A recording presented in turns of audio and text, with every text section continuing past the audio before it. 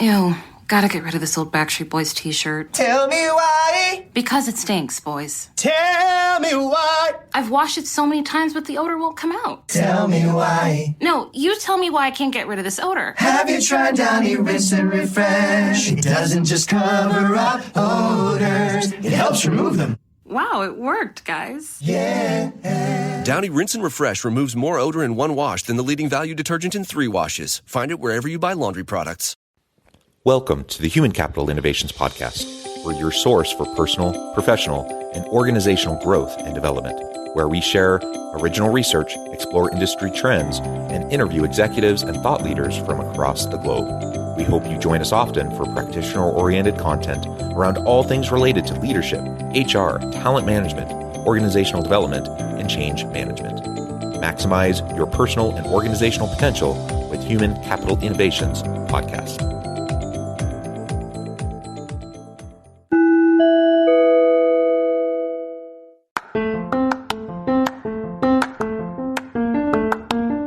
Welcome to the Human Capital Innovations Podcast. In this HCI Podcast episode, I talk with Sheila Marmon about excellence in company culture and employee satisfaction.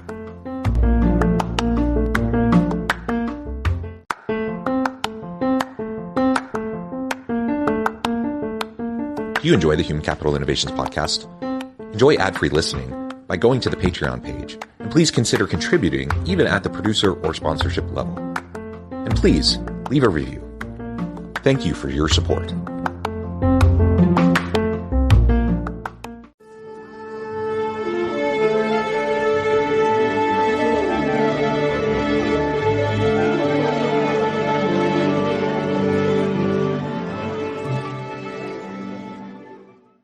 Sheila Marmon, welcome to the Human Capital Innovations Podcast.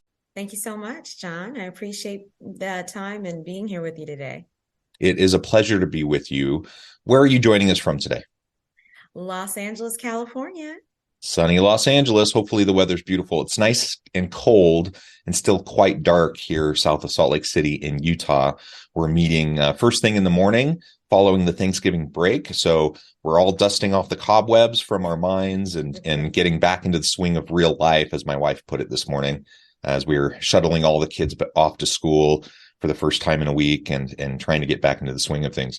Again, a pleasure to be with you, Sheila. Today, we're going to be talking about excellence in company culture and employee satisfaction and how that connects with employee engagement, productivity, innovation, and those sorts of things. As we get started, I wanted to share Sheila's bio with everybody. Sheila Marmon has a passion for the launch and operation of new businesses in the digital media industry and has created innovative platforms for over 20 years.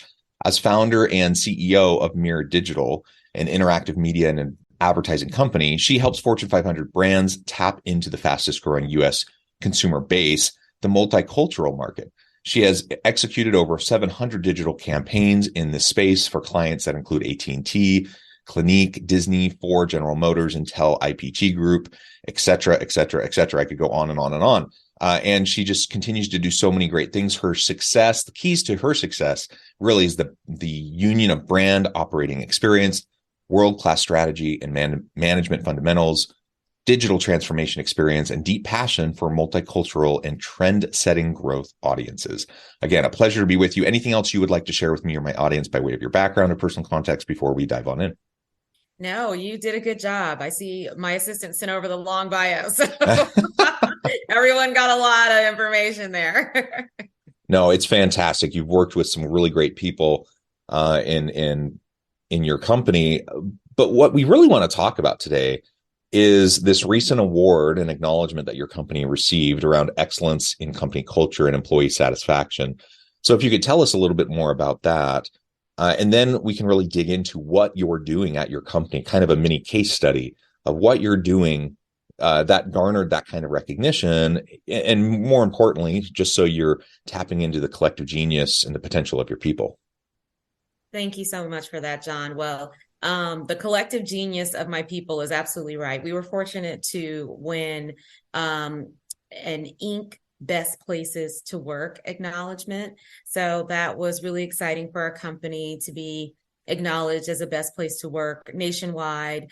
And then we subsequently won the 4th best place to work in Los Angeles for small businesses.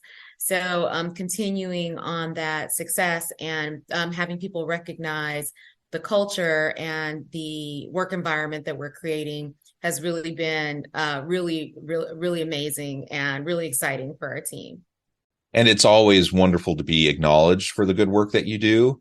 So that in and of itself is tremendous. But let's really dig into, the why behind this. Obviously, there are lots of things that you're putting in place, the policies, practices, procedures, the culture, the interactions that you're focusing on, that you're making a priority, that allow you to receive this kind of recognition. But again, more importantly, to really tap into the potential of your people. So what would you highlight as some of those core tenets of your business that have really helped as you've tried to go along this path? Absolutely. So I founded Mirror Digital in the kind of LA startup culture. So really that kind of gritty, kind of work all night, kind of limited resources kind of environment, and part of a community that kind of live that ethos. And in that sort of environment, you don't have a lot of resources to help you kind of navigate as a young company. And one of the most important things that I heard a very seasoned startup founder say is, you can't do very much by yourself. And that really struck me, because even though Mirror Digital was my idea and I put together the initial business plan and was out in the market talking to the initial clients, you can only get so far by yourself. And that sentiment has permeated our culture from the beginning. And that means a couple of things. First of all, everyone has to bring their talents to the table every single day. And to access those talents and to get people to really deliver those talents, you have to really see them and recognize them and create a place where they feel safe, that they can share their ideas and bring new sorts of information and different ways of doing things, and really being open. And what that's meant at Mirror Digital is that we are a very democratic culture, and that has its pluses and its minuses. So we have an environment where everyone gets a vote and everyone is welcome to express their ideas and opinions. But sometimes that can lead to slower decision making because we want to make sure we've heard everyone. So that's really been the key to our success, is like making sure that even the most junior team members know that the door is open, that my door is open, that they do have a voice and they can bring their new ideas and innovations to the table, and that everybody's vote matters. Yeah, and it's a different kind of an approach. But I do feel like the pendulum has swung away from kind of the top-down authoritarian command control kind of model of leadership to this more collaborative, inclusive, democratic style of leadership, as you're describing. And in the US, we tend to still be kind of further over this direction towards those old models.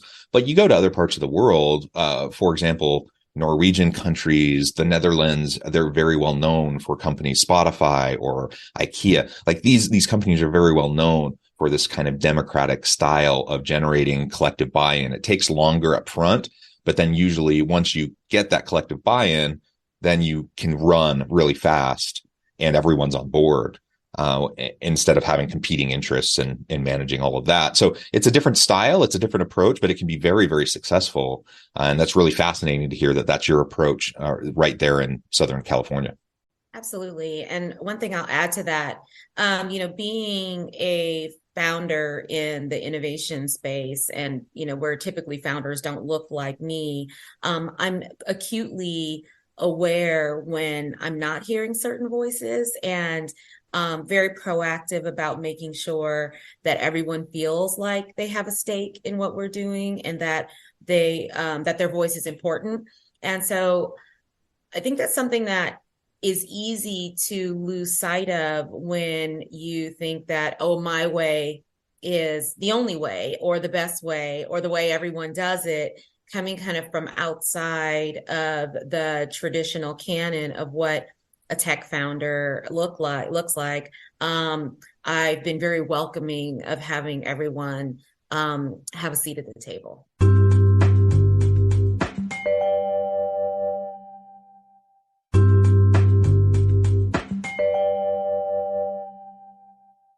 Well, and I think that kind of an inclusive approach and a focus on a culture of belonging really is very important. It's one of the benefits of your style of leadership.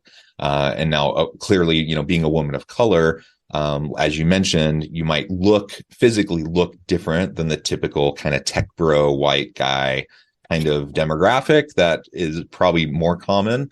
But I suspect you also will attract certain employees who want to work in your organization, because of the inclusivity focus, and because you're a founder who's a woman of color, et cetera. And so hopefully you found that has yielded some benefits, in addition to, of course, there's going to be the challenges that you've faced along the way as well. Could you speak to that a little bit more, and how you've tried to foster that kind of an inclusive environment amidst kind of the predominant broader landscape in the tech labor market? Absolutely. So our company, mission, both kind of internally and externally, is really to amplify diverse voices. So we, as a business, support diverse creators in the digital space. So whether it's Web 1.0 kind of digital publishers, or social influencers, or podcasters, or whatever that is. But we are explicitly focused on amplifying and supporting those diverse voices. And that mission is not only external, we bring it internal as well, where we really do foster a sense of belonging. As you said, you hear a lot of people talk about, oh, bring your full self to work, and we welcome that. But you have to check yourself and see, do you really? And, what cues are you emitting to let people know that it is okay to bring their full self to work? I'm very, very proud that our company represents the audiences that we serve with respect and love. So we have very diverse, young, vibrant staff, and diverse across all sorts of categories. So we have BIPOC representation. We have diversity in terms of gender expression from the LGBTQIA plus community. And since we've gone fully remote since the pandemic, we have folks all over the country. So we are getting that, kind of secret sauce from everybody, given their lived experience, as well as what they've learned as being marketing practitioners and media practitioners. And we put all of that into our recipe, which I think has led to some of the success that you've seen, with people recognizing that as a community and as a culture and as a company, that we are getting the best out of our employees, because we really do welcome all of them to work every single day. And that really is super important. Now, I'm a straight cisgender white dude. So I have all the different layers of privilege. And so when I talk about bringing my whole authentic self to work, it's probably easier for me to do that. I'm sitting here wearing my elf Christmas t-shirt, and I'm wearing Crocs, and I totally understand that that's a bit of privilege, and maybe other people don't feel like they would be able to be as casual as how I'm dressed at the moment. And so one of the things I need to do as someone from a position of privilege, whether I ask for the privilege or not, and I know sometimes people get nervous about throwing around those terms, whether I ask for it or not, the reality is I experience it. And so I need to utilize my voice to extend those opportunities for other people. So that if someone does want to come to work and they want to wear a suit and tie, fantastic, if that's their preference. But if they want to be more casual, I need to make sure that they understand that that's okay, and they're not going to be looked down on for that they're not going to have to deal with some sort of, implicit bias or assumptions made about them because of that. And I need to utilize some of my privilege, I think, to be able to extend that umbrella out to other people to the best I can. And so that's certainly something I want to try to do as an ally in the space. and so that everyone truly can. And that's just a silly example of like how you're dressing and the style that you wear to the workplace, but it could be 1,000 things. And every workplace has its norms and it has its espoused values, but more importantly than the espoused values, it's the lived daily experience of people. And if there are these really lofty espoused values, but when people show up, they're judged, they don't feel safe, they feel like they have to have their garters on all the time, then, you're not going to get the same benefits as you would otherwise. Now, of course, we're never going to fully live up to all of our espoused values. They're aspirational for a reason. We're working towards them. But, we have to try to align things as best as we can and try to walk the walk more than just talking the talk. Yeah, and I think we reverse engineer that a little bit where we are very clear about our values of inclusivity, of having, giving everyone a voice and a seat at the table, work hard, play hard. So if you're going to come to Mirror Digital, you kind of sign up for that. And what I think that allows us to do is no one has to co-sign on anyone else what they're wearing or any other element, because every day we're telling our employees that you're enough just how you are, no matter what you're wearing or what you're bringing to the table or what you're saying. We've been really clear about what we value up front.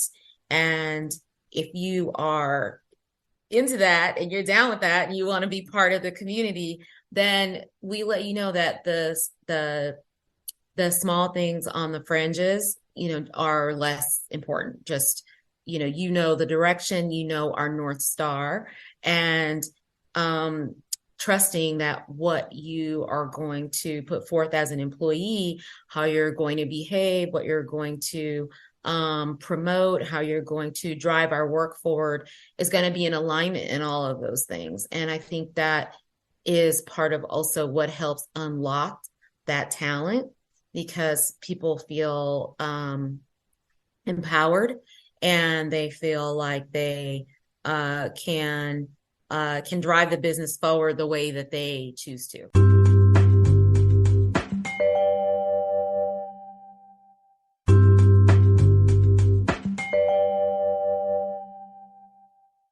And when we create that kind of an inclusive environment where everyone feels like their voice is sought after and heard, that they have a chance to express themselves and do what they do best every day, where there's that inclusive environment and culture of belonging, it leads to a lot of really positive outcomes. So this award that you received in terms of company culture, it leads to employee satisfaction. It leads to employee engagement. It leads to greater collaboration and innovation and creativity amongst your team.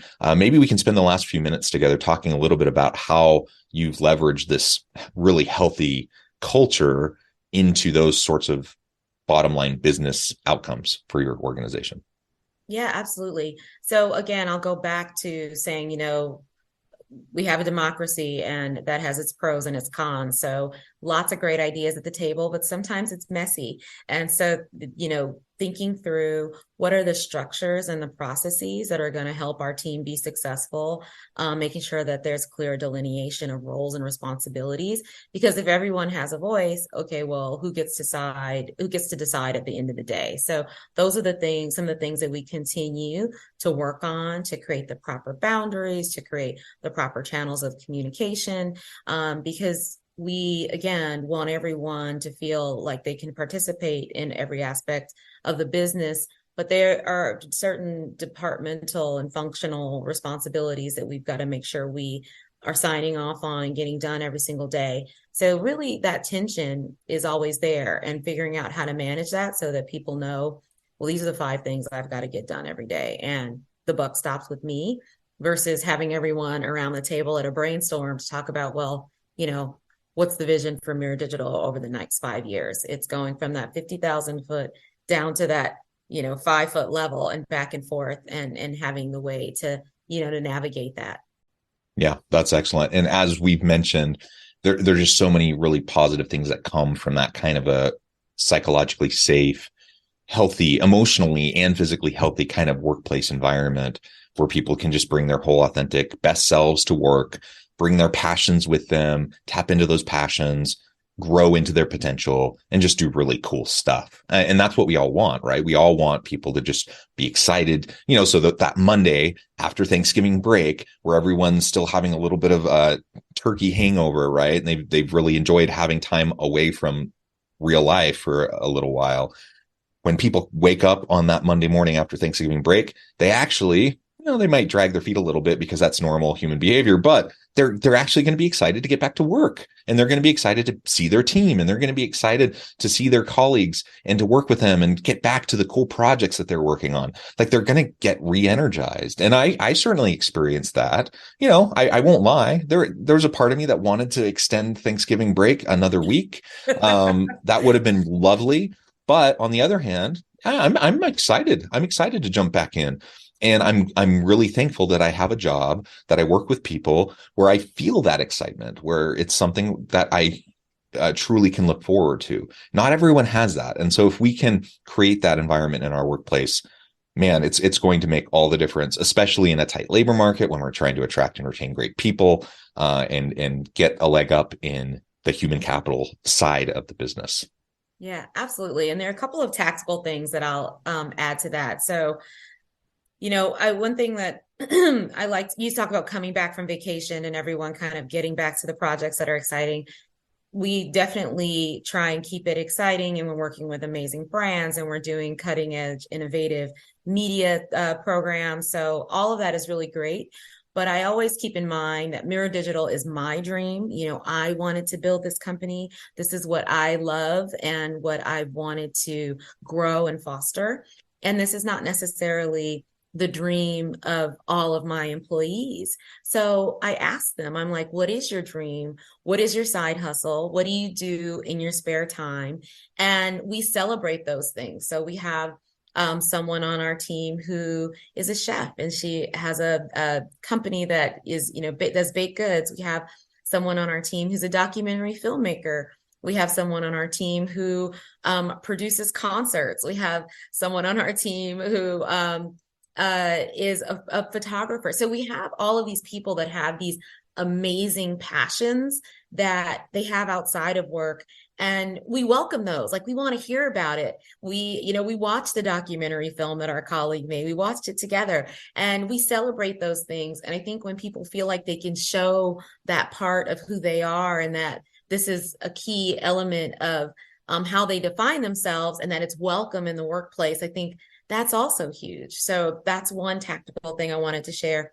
The other tactical thing I want to share that I think is also so important is gratitude. And we build in ways to show gratitude among our team members every single day. So we have our weekly staff meeting. I'm actually going to it right after this conversation. And it's during that staff meeting, everyone says, who was their team crush from the last week? And you acknowledge a team member who has helped you in some big or some small way. And every week, everyone has a crush. And it's a way of us remembering that we can't do very much alone, going back to where I started, and also giving shine to the gifts that other people on the team, bring to the table every single day. I love it. I love it, Sheila. This has just been a fascinating conversation. I know we've just scratched the surface about all the cool things happening in your organization, but we're going to pause there. We're going to have to end the conversation there for today. I'd love to have you back anytime, and we can continue. Before we wrap things up for today, I just wanted to give you a chance to share with the audience how they can connect with you and find out more about your work, your team, and then give us a final word on the topic for today. Absolutely. So the best place to see more about what we do is the Mirror Digital socials. And so we're Mirror Digital on Instagram, we're Mirror Digital Inc. on Facebook, we're Mirror Digital on LinkedIn. And you can also find me on LinkedIn at Sheila Marmon. And again, we're all about building the future in terms of our workforce and making sure that young people who represent us all can contribute and help us continue to build a successful, not only company, but economy and world. So thank you so much for having me, John. I really appreciate the time. Thank you. Again, I encourage my audience to reach out, get connected, find out more about what Sheila and her team can do for you. And as always, I hope everyone can stay healthy and safe, that you can find meaning and purpose at work each and every day. And I hope you all have a great week. Do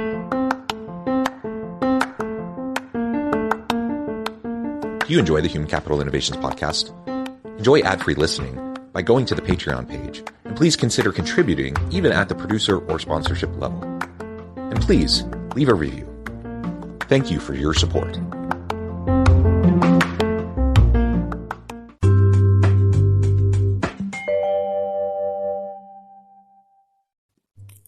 Thanks again for joining us for this episode of the Human Capital Innovations Podcast. I hope you stay healthy and safe and that you have a great week.